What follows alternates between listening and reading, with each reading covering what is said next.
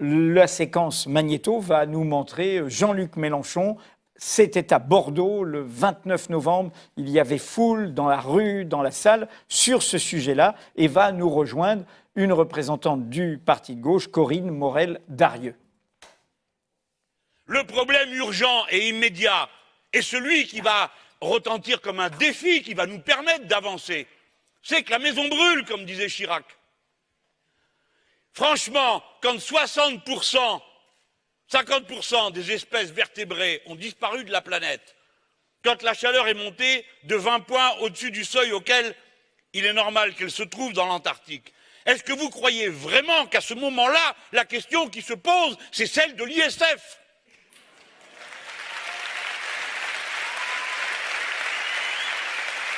Ne croyez pas que je caricature.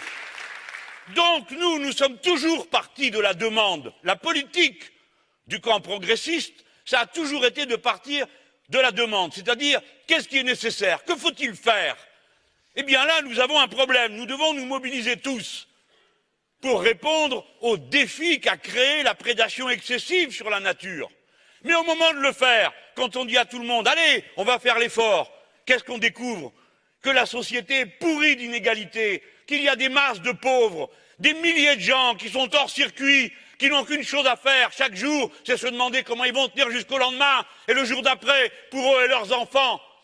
L'inégalité ronge l'unité de l'espèce humaine et sa capacité à être ensemble pour faire face à cet énorme défi qui avance. Les deux choses se tiennent. Le programme politique que nous présentons répond aux deux questions. Pour faire face au défi du changement climatique, il faut changer complètement le mode de production, le process de production et notre manière de consommer, ainsi que la répartition des richesses. C'était donc Jean-Luc Mélenchon à Bordeaux, fin novembre. Jean-Luc Mélenchon, le candidat de la France insoumise, ce logo, le FI, la lettre grecque, FI, France Insoumise. Et on parlait programme tout à l'heure avec notre invité Yannick Jadot. Le vôtre est en cours d'élaboration. Le leur et le sien vient de sortir avec 3 urgences. L'urgence démocratique, l'urgence sociale et l'urgence écologique. C'est tout ce passage-là avant les questions internationales. Pardon à Corinne Morel-Darleux et pas Darieux. Je suis désolé d'avoir fait cette erreur. Vous êtes donc depuis sa création au Parti de gauche, symboliquement, le Parti de gauche se crée en 2009, au moment où vous devenez... Un tout petit peu avant. Oui, légèrement, mais pratiquement la même année, c'est ce que je voulais dire, au moment où vous rentrez vraiment en politique en étant élu au Parlement européen. Vous étiez dans ce mouvement Utopia qui avait un pied au Parti socialiste et dans d'autres courants de la gauche, l'utopie. Et là, au Parti de gauche, depuis le début, vous êtes coordinatrice des assises pour l'écosocialisme et conseillère régionale Auvergne-Rhône-Alpes. À toi, Léna. Juste avant de vous entendre, Corinne Morel-Darleux, j'ai une question pour vous, Yannick Jadot. On a écouté en meeting donc Jean-Luc Mélenchon faire le lien entre sa lutte contre le dérèglement climatique, son projet pour l'écologie et la lutte contre les inégalités. En quoi êtes-vous en désaccord sur ce qu'on vient d'entendre ? Sur ce que j'ai entendu là, sur l'importance de lutter contre le dérèglement climatique, contre l'extinction des espèces et contre les inégalités sociales, j'ai pas de désaccord. Alors pourquoi vous n'êtes pas ensemble? Mais parce que nous avons, y compris dans la... on peut, et j'entends Jean-Luc Mélenchon le dire, on peut vouloir absolument la protection de l'environnement et la lutte contre les inégalités. C'est aussi au cœur de notre projet. Après, la question, c'est quel est le modèle d'organisation de la société qui répond à ça. Dans l'ADN écolo, depuis sa fondation, ça repose d'abord sur l'autonomie, la responsabilité des citoyennes et des citoyens qui s'organisent entre eux pour construire cette réponse. C'est un changement de l'imaginaire et de la culture de la société. Et pas la planification, comme dit Jean-Luc Mélenchon. Non, mais la planification, moi, ça fait 20 ans que je fais des conférences internationales sur le climat. La conférence internationale sur le climat, c'est une planification de la résolution du climat. La question d'après, c'est de savoir quels sont les acteurs moteurs de cette transformation. Moi, ce que j'entends... On peut se tutoyer ? Je pense, oui. Oui, bon. Vous connaissez, vous avez Oui, bien déjà sûr, on débattu tutoie, ensemble, mais en plus, milité. il est sur la fait liste commune en Rhône-Alpes, Auvergne. Donc, ce que j'entends... Vous avez fait liste commune en Rhône-Alpes Auvergne. Oui, c'est ce que j'ai dit. Oui, Ouais, c'est ça. tout à fait. Donc, Non, ce mais que je le soulignais juste. D'accord. Vous voulez le répéter une fois encore ? On aime toujours les causes communes ici à Mediapart, D'accord, c'est bien. que ce soit le Carrefour. Très bien. Allez-y, pardon. Donc, ce que je veux dire, c'est que ce que j'entends souvent dans le programme de Jean-Luc Mélenchon, c'est que dans cette planification, l'État est celui qui construit la réponse et est en situation très forte d'impulsion. L'État, dans toute sa force, y compris, ça nous arrive régulièrement de s'engueuler avec Jean-Luc Mélenchon quand on se voit à Strasbourg, c'est aussi une pensée de la démocratie. C'est aussi une pensée de l'homme providentiel ou de la société providentielle.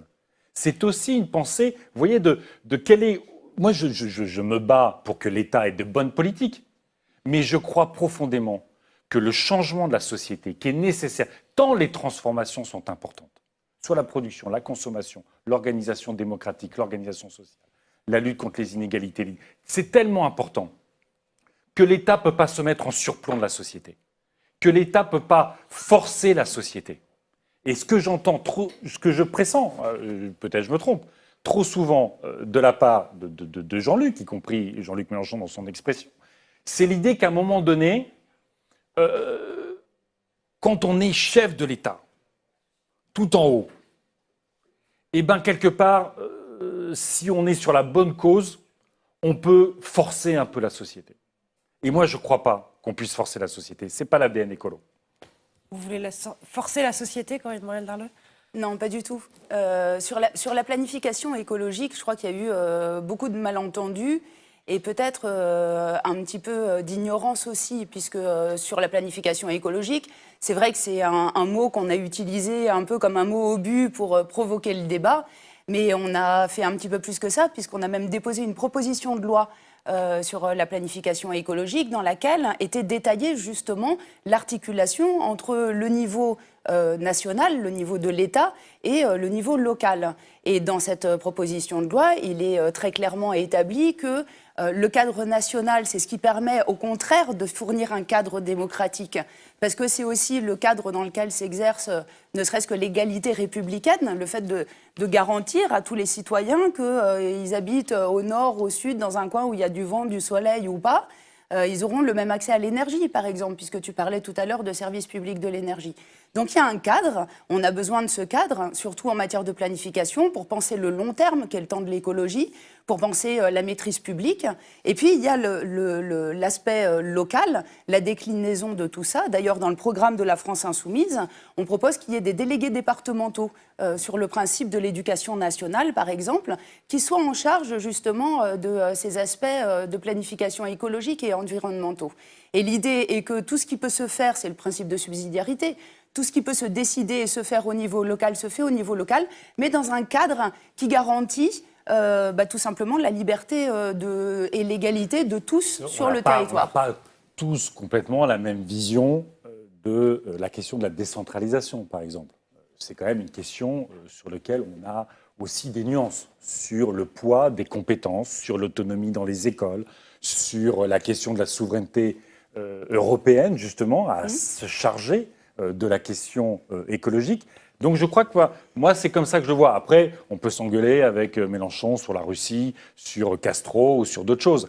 Mais sur cet aspect-là, au fond, moi, c'est quel est le moteur de la transformation qui, à mon avis, est un peu différent du fait aussi potentiellement de nos cultures politiques. Moi, je crois que, encore une fois, les transformations sont telles qu'il faut l'adhésion de chacune et de chacun.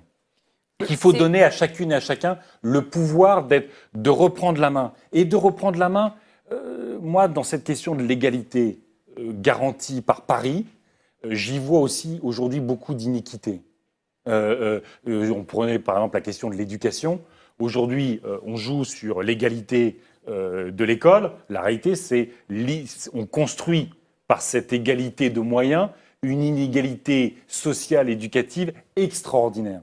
Donc sur beaucoup de choses, moi je préférais moins d'égalité prônée par l'État, mais qui ne se traduit pas sur les territoires, et plus de l'équité à l'échelle des territoires. En l'occurrence, cette critique, elle est liée à une certaine forme et à une certaine vision de l'État qui est très cadrée par la Ve République. Parce que l'État, en réalité, il ne faut pas oublier que c'est nous. Et que la Ve République et la démocratie représentative aujourd'hui en font un instrument effectivement qui n'est pas, nous, à notre convenance, puisque la Sixième République et la question de la constituante et tout ce qu'on a théorisé, tu parles de démocratie autour de la révolution citoyenne, justement sur l'adhésion de chacun, dont une partie d'ailleurs s'est inventée en Amérique du Sud, dans des pays dont on peut parfois s'inspirer parce qu'il s'y produit aussi des choses intéressantes. Donc il y a ce cadre-là, évidemment, à changer. Après, honnêtement, le fait de décentraliser certaines fonctions régaliennes de l'État ou certains grands services publics introduit de l'inégalité de facto. Si on commence à donner la possibilité à chaque établissement, par exemple scolaire, puisque tu parles d'éducation, de recruter ses propres professeurs, de choisir ses propres élèves, d'adapter ses propres programmes, que ce soit à l'échelle d'un établissement, d'un département ou d'une région, on introduit une inégalité de fait. On sait aujourd'hui qu'il y a des territoires plus riches que d'autres. Moi, je suis dans la Drôme, dans un territoire rural de montagne. Si on va vers ce système, on est sûr de perdre tout ce qui nous reste de services publics en matière de santé, d'éducation, de rails, etc. Mais l'autonomie de l'école, ce n'est pas forcément de faire du directeur d'établissement un chef d'entreprise qui gère et les élèves et les enseignants. Moi, je suis pour qu'on fasse de l'expérimentation à l'échelle des établissements, à l'échelle de bassins de vie, y compris pour créer de l'interdisciplinarité, y compris pour penser peut-être différemment, pas le socle de connaissances à acquérir, mais la façon de l'acquérir. Je pense qu'on est dans un système aujourd'hui contraint. Moi, c'est une des mesures des écolos sur l'école. C'est plus où il y en a plus besoin. Et qu'aujourd'hui, en fait, derrière, et pour avoir eu le débat bien souvent, derrière cette question d'un service public de l'éducation unique, se construit une inégalité extraordinaire. Et moi, j'ai envie qu'il y ait plus de moyens sur des établissements qui sont plus en difficulté et que les équipes pédagogiques, pas chef d'entreprise, que les équipes pédagogiques aient une autonomie sur les programmes, sur ce qu'il faut apprendre, sur les programmes. Mais bien sûr, moi j'ai rencontré des écoles qui faisaient des gros programmes au moment de la COP21, en équipe interdisciplinaire, ils simulaient la COP21, ils simulaient une négociation climatique. Il y avait le prof d'histoire géo, français, sciences de la vie. Mais ça, pourquoi est-ce que ça ne devrait pas se faire dans l'ensemble des écoles françaises? Mais parce que pourquoi à certains endroits et pas à d'autres, si on considère que c'est important? Un autre collège lié à d'autres préoccupations qui peuvent être locales, qui peuvent être internationales, peut choisir un autre projet pédagogique. Mais ça se fait déjà aujourd'hui. Il y a évidemment des sorties scolaires et des activités qui se font en fonction de spécificités locales. Mais sur le programme, là, c'est plus que des sorties scolaires. Sur le programme de connaissances, qu'est-ce qui peut justifier à un moment donné qu'un écolier à un endroit n'ait pas accès aux mêmes connaissances, j'ai pas parlé du socle de base. Mais j'ai parlé de donner plus de capacité d'animation éducative, d'animation pédagogique, d'échange entre eux, qu'aujourd'hui, un système qui est géré par Paris et qui impose un peu à tous les établissements de faire à peu près la même chose, sans autonomie et sans capacité à, au fond, trouver les moyens d'intéresser davantage les élèves à ce qu'on leur apprend. Et par ailleurs, sur ce que tu dis juste par rapport à la question de la répartition des moyens, c'est tout le principe de la péréquation, justement, qui est aujourd'hui garanti par l'État. On peut dire Paris, mais imaginons un État délocalisé à Lyon ou à Marseille. Moi, ça ne me pose aucun souci. Mais si on veut avoir une vision à un moment donné de là où il faut renforcer les moyens, c'est-à-dire exactement l'inverse de ce qu'est en train de faire le gouvernement, notamment sur les zones d'éducation prioritaire, les collèges et les lycées, il faut bien avoir à un moment donné une vision d'ensemble et avoir une possibilité de répartir justement en fonction des besoins. Mais après, par exemple, imaginons, on ne va pas faire tout le débat sur l'éducation, mais imaginons par exemple la question des rythmes scolaires. Mais ça marche pour l'énergie, ça marche pour plein d'autres choses. C'est vrai. C'est pour ça que je suis à fond pour la décentralisation. Mais je pense que l'État surplombe la société en France, c'est insupportable. Je pense que ça ne veut pas dire que l'État doit disparaître. La cinquième République surplombe la société. L'État surplombé avant la Révolution, surplombe depuis la Révolution. Je pense qu'on a un fonctionnement de l'État dans notre pays qui infantilise les citoyennes et les citoyens. On a un État qui considère en permanence qu'il pense mieux que la société, avec des responsables qui pensent mieux que la société, qui n'arrivent pas à redonner le pouvoir. Là, c'est du gouvernement dont tu parles, pas de l'État. Non. L'État, avant la Ve République, c'est déjà comme ça. Donc, ce que je veux dire, c'est qu'il nous faut, et je crois que là-dessus, peut-être, on est d'accord, il nous faut redonner le pouvoir aux citoyens à travers des assemblées citoyennes tirées au sort, à travers des conférences de consensus, à travers des votations citoyennes qui permettent justement de casser un système où on élit de manière un peu incroyable une personne providentielle tous les 5 ans, en lui confiant tous les pouvoirs, en réalisant évidemment le lendemain qu'il n'a pas tous les pouvoirs et qu'il ne règle pas tous les problèmes. Est-ce que je peux faire, je vous écoute depuis 10 minutes, faire un petit point d'ordre? C'est-à-dire, j'ai l'impression, en plus, en ayant lu donc, ce programme avec ces 3 urgences, l'urgence démocratique, c'est ce que vous venez de dire, on ne va pas transformer la volonté de tous en choix d'un seul. C'est normalement ça, repasser à une constituante, etc. L'urgence sociale, on en a parlé ensemble tout à l'heure. L'urgence écologique, vous êtes d'accord? Alors, donc, au fond, le désaccord, c'est une désaccord de cul. Je parle de ceux qui nous écoutent. On sent bien la panade de l'émancipation, de l'espérance, de l'envie d'égalité par rapport à tout ce qui menace et que vous combattez chacun avec vos armes. Donc, qu'est-ce qui vous sépare? C'est une culture politique différente, une histoire politique différente, une méfiance parce qu'il y a un leader Maximo de l'autre côté? Non, mais je provoque. C'est vous qui l'avez dit. Non, mais parlez sans langue de bois, parlez sans langue de bois, pour qu'on comprenne vraiment. Parce qu'autrement, on se dit, c'est pour ça que je répétais que vous faisiez liste commune parfois dans des régions. C'est-à-dire, si vous êtes d'accord, il peut y avoir des questions de personnes, il peut y avoir des questions. Mais dans le moment de crise de civilisation, et de défis immenses. Et s'il y a une culture qui le pose, ça, c'est l'écologie, qui dit les civilisations sont mortelles, les espèces sont mortelles. Donc, est-ce que là, vous ne nous parlez pas de petites différences par rapport à des enjeux plus globaux? Je ne veux pas vous marier, mais je vous pose la question. Je crois que, on a fait effectivement un peu la liste des points de convergence. Sur l'écologie, je crois que plus personne aujourd'hui ne prétend qu'il y ait de différence effectivement entre ce que porte Europe Écologie Les Verts et ce que peut porter le parti de gauche ou la France Insoumise. Je veux dire, sur Notre-Dame-des-Landes, sur le nucléaire, sur la transition, sur l'agriculture biologique et paysanne, sur la transition énergétique, sur tout ça. Je crois qu'il y a une base assez parfaite d'accord. Après, moi, je t'entendais, Yannick, tout à l'heure sur les questions d'emploi. Moi, je crois que cette question-là, elle est cruciale, la question que posait Jade Lingard tout à l'heure. Sur, effectivement, la première réunion publique qu'on fait pour parler de transition écologique, s'il y a des gens normaux dans la salle, c'est la question qu'ils nous posent. C'est la question, effectivement, des suppressions d'emplois et de qu'est-ce qu'on met en place par rapport à ça.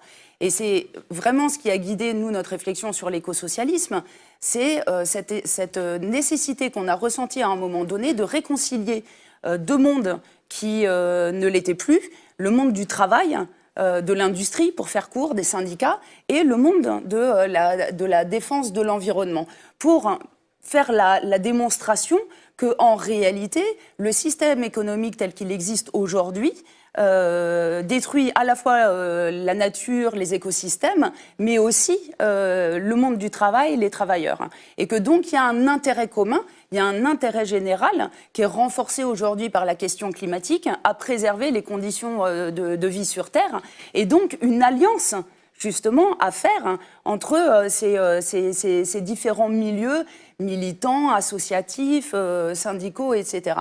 Et je crois, par rapport aux questions d'emploi, qu'on ne peut pas envisager la transition ou la bifurcation ou la révolution ou la planification écologique, quel que soit le terme, sans apporter des réponses à ça. Et ces réponses à ça, pour moi, elles passent aussi par des réponses qui sont effectivement d'ordre économique, et notamment de remise en cause du système capitaliste tel qu'il existe aujourd'hui, parce que tu parlais de gagner en productivité. Mais ça fait des années qu'on gagne en productivité en France et en Europe. Le problème de la productivité, c'est de savoir où vont les gains de productivité. Est-ce qu'ils vont rémunérer des actionnaires et du capital? Est-ce qu'ils vont augmenter des salaires? Est-ce qu'ils vont réduire du temps de travail? Donc la question ne peut pas être uniquement celle-ci. Elle doit être, à mon avis... Je n'ai pas dit qu'il fallait augmenter les gains de productivité. J'ai dit qu'au contraire, le travail était beaucoup plus intense en France que dans la plupart des pays européens et du monde. Et qu'il fallait désintensifier le travail, au contraire. Mais réaction globale Oui. à ce propos par base J'ai d'accord. pas bien compris si ça répondait à votre question. Mais en fait, parce que juste pour finir, et je finis rapidement, mais du coup, ça me semble compliqué de parler de transition écologique sans aborder effectivement la question de l'Union européenne ou la question de la relocalisation de l'activité et du protectionnisme, par exemple. Pour venir voilà, sur ces sujets-là, pour expliquer juste le propos, c'est que si on ne protège pas en même temps notre industrie, nos savoir-faire, si on ne met pas en place des protections qui nous permettent de recommencer à produire ici et non pas effectivement au Bangladesh ou je ne sais où, les produits qu'on consomme ici. Or, aujourd'hui, ces barrières, ces protections, elles sont de fait interdites par le traité de fonctionnement de l'Union européenne qui prône le libre-échange et la libre circulation des marchandises. Donc cette critique de l'Union européenne, ce n'est pas une posture, c'est un principe de réussite de la transition. La question, c'est effectivement qu'est-ce qui relève de la posture, qu'est-ce qui relève du combat. Moi, quand je suis au Parlement européen, j'ai mobilisé l'ensemble du Parlement européen pour forcer la Commission européenne à mettre des droits anti-dumping sur les panneaux photovoltaïques chinois, qui étaient subventionnés à 50%. 50% du prix de revient était financé par la Chine, par l'État. Donc je me suis battu pour qu'on ait de l'anti-dumping au niveau européen pour protéger justement l'industrie européenne du photovoltaïque qui est très compétitive, innovante, voilà, bon, qui est évidemment un secteur d'avenir de ce point de vue-là. Après, j'ai fait le boulot de ça. Le Parlement européen s'est battu pour qu'on ait ça. Le problème, c'est que les Chinois, et là encore, c'est pour revenir au débat précédent, c'est la faute des États. Les Chinois sont allés voir les Grecs, ils sont allés voir les Français, ils ont menacé tout le monde. Et tout le monde a cédé devant les Chinois de peur de perdre quelques milliards sur des projets aussi parfois illusoires que possible. Ce que je propose dans notre programme, c'est d'interdire les produits issus de pays qui ne respectent pas la liberté syndicale. C'est évidemment de taxer les pays qui s'exonèrent, enfin les produits des pays qui s'exonèrent de la lutte contre le dérèglement climatique.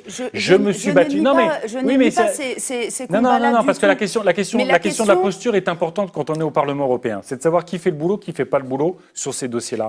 Pour me battre, je me bats tout le temps pour que dans les marchés publics, il y ait une préférence pour les PME, qu'il y ait une préférence pour les entreprises locales, pour construire. Simplement, il faut construire le rapport de force pour gagner. On ne gagne pas au niveau français, on ne gagne pas au niveau européen. Mais c'est simplement parce qu'aujourd'hui, on n'a pas gagné politiquement dans ces élections. Ma question par rapport à ça, elle est pas, il n'y a aucune remise en cause sur ces combats-là. Simplement, on dit tous, et c'est aussi un de nos points communs, qu'il y a une urgence aujourd'hui. Une urgence climatique, une urgence sociale, une urgence démocratique. Donc, à partir du moment où ces combats-là, on les mène chacun à notre niveau, nous à la région, à l'Europe, etc., et où aujourd'hui on est dans un constat que ça ne fonctionne pas. Les panneaux solaires, la dernière boîte qui en faisait en France, Nexis, elle a fermé. Elle a été abandonnée par les pouvoirs publics. Donc on mène des combats, ils ne fonctionnent pas dans ce cadre de l'Union européenne à 27. À partir de là, qu'est-ce qu'on dit et qu'est-ce qu'on fait? Et qu'est-ce qu'on fait demain, en 2017, une fois qu'on est au pouvoir les uns les autres? Tu dis toi-même que ça ne marche pas au niveau de la région. On ne va pas sortir de la région. Est-ce qu'à un moment donné, on peut envisager une rupture avec ce système qui nous permette de retrouver un petit peu de marge budgétaire également, au passage, parce que là, on a encore l'ONEMA, l'Office national des eaux et des milieux aquatiques, qui se voit à nouveau sucrer 90 millions d'euros pour répondre aux injonctions de Bruxelles de réduction des déficits publics. Donc, à quel moment est-ce qu'on considère que l'urgence nécessite des actes qui sont des actes, si on ne peut pas les prendre à 27, qu'on prend à là où on peut, là où on est au pouvoir, si on gagne l'élection présidentielle en 2017. Yannick Jadot, Parce que dans le la monde réponse. d'aujourd'hui, moi, je ne crois pas une seconde que la France, repliée sur ses frontières, pèsera, y compris sur la plupart des dossiers dont nous parlons. Je ne le crois pas, parce que, y compris, la France, elle est inscrite dans les échanges intra-européens. La France, elle est inscrite politiquement dans le monde, qu'elle ne peut pas aujourd'hui revenir à une puissance moyenne et décider de sa politique, que ce soit sa politique monétaire ou que sa politique économique. Je ne le crois pas. Je crois qu'elle doit construire avec d'autres une souveraineté justement pour obtenir la lutte contre le dérèglement climatique, la lutte contre l'extinction des espèces. Les choses se négocient à l'échelle internationale. Aujourd'hui, le sujet, avec l'arrivée de Trump, c'est est-ce que l'Europe va être un leader du climat et de la transition énergétique ? Ou est-ce que l'Europe va s'effacer avec Trump, Poutine et tout ça? Il n'y aura plus personne à l'échelle internationale pour faire de la coopération sur le climat qui est notre bien commun de l'humanité. Et je me bats, quand on parlait de trouver des emplois locaux, tout le projet que nous portons d'économie circulaire, de la réparation, du recyclage, du tri des déchets, du compost et tout ça est très créateur d'emplois. J'étais il y a quelques jours sur l'incinérateur d'Ivry, celui qu'on voit, que tous ceux qui viennent à Paris finissent par voir, tellement les cheminées, ça pollue très haut. Le projet, c'est 2 milliards pour faire un nouvel incinérateur. Le projet porté par des associations que nous soutenons, c'est justement d'arrêter de faire de l'incinération, de faire du tri, de la réparation, du recyclage, du compost. Et bien ça crée des emplois. Et ça relocalise l'économie. Et ça, on peut le faire. Ce n'est pas la question de l'Union européenne ou pas de l'Union européenne. Ça, on peut le faire. Si la France fait du nucléaire et pas des renouvelables, ce n'est pas la question de l'Union européenne. C'est la France qui a choisi ça. Ce que je veux dire, et tu le sais, c'est qu'il ne suffit pas d'être en France pour faire des bonnes choses. Parce que l'État, y compris français, moi je combats le libéralisme de toutes mes forces. Mais dans la réalité, sur le nucléaire, ce n'est pas le libéralisme qui a créé le nucléaire. Les incinérateurs et la collusion de l'État avec ceux qui font les incinérateurs, ce n'est pas le libéralisme qui a joué Vinci à Notre-Dame-des-Landes, les autoroutes, les concessions autoroutières. Ce n'est pas le libéralisme, c'est la cogestion des politiques publiques par des gouvernements et des grosses boîtes qui ont été longtemps considérées comme des champions nationaux et qui ont surtout, parfois, desservi l'intérêt général. Donc, il ne suffit pas de revenir dans les frontières pour résoudre les problèmes. La question, c'est, il y a des problèmes qu'on peut résoudre à l'échelle et qu'il faut résoudre à l'échelle de la nation. Il y a des problèmes qu'il faut résoudre à l'échelle de chacun, à l'échelle de la région. Et il y a des problèmes dont on a besoin d'obtenir la résolution à l'échelle de l'Union européenne. Voilà ce qu'est moi, mon point de vue. Voilà. Mais je pense que... Finalement, vous avez quand même beaucoup de points d'accord. Eh bien, la France insoumise va rejoindre la candidature de Yannick Jadot. Formidable. Ou réciproquement. Puisque finalement, l'écologie devient le moteur de ce projet. Bon, elle l'est depuis... je suis bien Non, mais placée pour en témoigner. Elle l'est depuis un bout de temps. Je connais ton combat. Bon, donc, au moins, vous avez cet accord programmatique. Après, il y a... Pas surtout. J'ai compris. Vous posiez Mais après, il y a quand aussi même, des questions de stratégie. vous posiez des questions de politique internationale. Je suis désolé, c'est moi. Je pense que la démocratie est au cœur du projet écolo. C'est vrai que quand j'entends Jean-Luc Mélenchon faire une oraison funèbre à Fidel Castro, ça me pose un problème. Moi, j'avais l'affiche de Che Guevara, comme tout le monde, dans ma chambre. Aujourd'hui, les résistants démocratiques. Enfin, le Che, il est resté que 5 ans. Hein. Non, je sais. Mais non, pour dire que j'ai aussi cette culture du romantisme révolutionnaire. Mais le romantisme révolutionnaire, ça doit toujours être la défense des libertés et de la démocratie. Les résistants à Cuba, ils sont dans les prisons. Les démocrates à Cuba, ils sont dans les prisons. Il ne faut pas m'expliquer que Fidel Castro a été le grand révolutionnaire qui a libéré son peuple. Il en a beaucoup enfermé, et particulièrement les démocrates. Tout dépend, je pense, de quelle liberté et de quelle démocratie on parle. Quand un résistant politique ou un journaliste est mis en prison, c'est juste une atteinte à la liberté de la presse, à la liberté individuelle. Oui, sauf qu'aujourd'hui, la France, et d'ailleurs ce serait intéressant de savoir justement si tu es élu président de la République en 2017, ce que tu ferais par rapport à d'autres pays. Mais dont je on combats parle la moins sur- collusion avec l'Arabie Saoudite, qu'on vend des armes à l'Arabie Saoudite qui bombarde le Yémen. C'est aberrant, c'est à l'envers de tout ce que devrait faire la France. Donc- Je le pays-là combats que- aussi. D'accord. Mais Donc le on fait sort, de combattre donc on ça, sort par exemple de l'OTAN. Est-ce que ça c'est un point d'accord aussi entre nous? si on construit une politique de défense européenne. Moi, je suis pour une politique de défense européenne. D'accord. Je pense que nous devons, si on Et veut que pourquoi- l'Europe pèse dans le monde, il faut qu'elle ait une politique de défense. Et pourquoi les mandats de l'ONU aujourd'hui ne pourraient pas, en attendant une éventuelle défense commune européenne, remplacer les mandats de l'OTAN qui aujourd'hui nous emmènent dans Mais- des guerres? Je suis d'accord. On a toujours défendu les mandats de l'ONU, mais qui D'accord, a mis un donc- veto Donc pour on qu'on n'a pas fasse, besoin. qui a donc mis on un n'a veto pas pour qu'on besoin- fasse l'aide donc on n'a humanitaire pas à Alep? besoin- C'est la Russie qui a mis un veto systématique. Oui, personnellement, D'accord. je suis pas russe, mais donc j'ai pas pris part à cette décision. Non, mais Et nous- j'ai quand même entendu Jean-Luc et Mélenchon on dire la condamne- Russie va régler le problème de la Syrie. Il l'a dit à la télé. Et on condamne. Et on Et oui, il l'a condamne- réglé. Il est en train de bousiller tout le monde. Et on condamne avec la même force que toi et que d'autres, évidemment, l'horreur qui est en train de se dérouler à Alep. Tant mieux. Et sur cette question de la Russie, j'aimerais qu'on ne mélange pas tout. C'est qu'à un moment donné, il y a la question de Vladimir Poutine, et nous sommes opposés à Vladimir Poutine, et nous sommes en contact en Russie avec des opposants à Vladimir Poutine, dont certains d'ailleurs sont en prison aujourd'hui, et la Russie en tant que pays. Est-ce que ce qu'on propose, est-ce que tu proposes, est de cesser les relations diplomatiques avec la Russie, ou est-ce que c'est Je de pense qu'aujourd'hui, considérer il faut que sanctionner la clique poutinienne. Il n'y a que le rapport de force sur la clique poutinienne. ça veut dire quoi sanctionner la clique C'est- poutinienne? on a déjà des sanctions sur un certain nombre de personnalités russes autour de Poutine et qui sont déjà, faut saisir leurs biens, faut saisir leurs comptes, il faut les interdire de voyager à partir du moment où ils participent d'une dictature qui cause un génocide en Syrie. J'appelle ça simplement la défense des droits de l'homme. Et donc sur la Syrie, la résolution doit se faire, selon toi, sans la Russie autour de la table? Ben, aujourd'hui, la Russie, à chaque fois qu'elle vient autour de la table, qu'elle passe un accord, le lendemain, elle bombarde. S'il n'y a pas un rapport de force aujourd'hui avec Poutine, il s'en fout, il écrase tout le monde. Et donc, il continue à faire la guerre. Et il donc continue c'est à quoi faire. la résolution, Mais je de pense la qu'il faut situation en Syrie? construire On un l'a fait rapport avec de. qui? Je pense qu'il faut construire un rapport de force de l'Union européenne avec Vladimir Poutine, d'accroître la pression sur ce régime, pas sur le peuple russe, sur ce régime pour le faire, pour lui imposer un rapport de force qui l'oblige à négocier. Aujourd'hui, à chaque fois qu'il négocie, il trahit sa parole dans la minute qui suit. C'est quand même quelqu'un qui fait la guerre aux frontières de l'Europe, en Ukraine aujourd'hui. Et quand j'entends que des responsables politiques dire il faut arrêter les sanctions vis-à-vis de la Russie, c'est prendre acte qu'on peut annexer un territoire en Europe, à faire la guerre, et que finalement il n'y aura pas de réaction.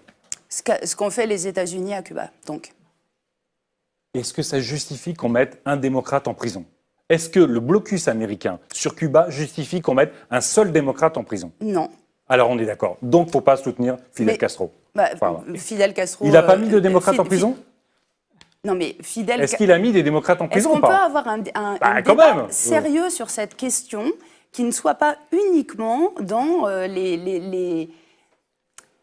les a priori et les idées C'est pas toutes un a faites? priori, je te pose une question. il y a- Tu me il y a poses la quand question même- de la Russie. Est-ce Je te qu'on pose peut, la à question un de Fidel moment- Castro. D'accord, mais est-ce qu'on peut à un moment donné considérer que d'abord, la révolution cubaine a été un point d'appui pour un certain nombre de révolutions citoyennes en Amérique latine, que ça a été la première fois qu'un pays résistait à l'impérialisme américain et que ça a quand même un apport historique aujourd'hui pour comprendre la géopolitique de notre siècle, qu'on ne peut pas juste balayer du revers de la Manche, d'une part, et d'autre part, regarder avec un esprit critique, mais un tout petit peu observateur et aiguisé, ce qui se passe de fait à Cuba, ce qui s'y est passé et ce qui va s'y passer. Parce que balayer ça du revers de la main uniquement sur cette question-là, honnêtement, c'est nous faire passer à côté de choses très intéressantes, notamment sur la question de l'écologie.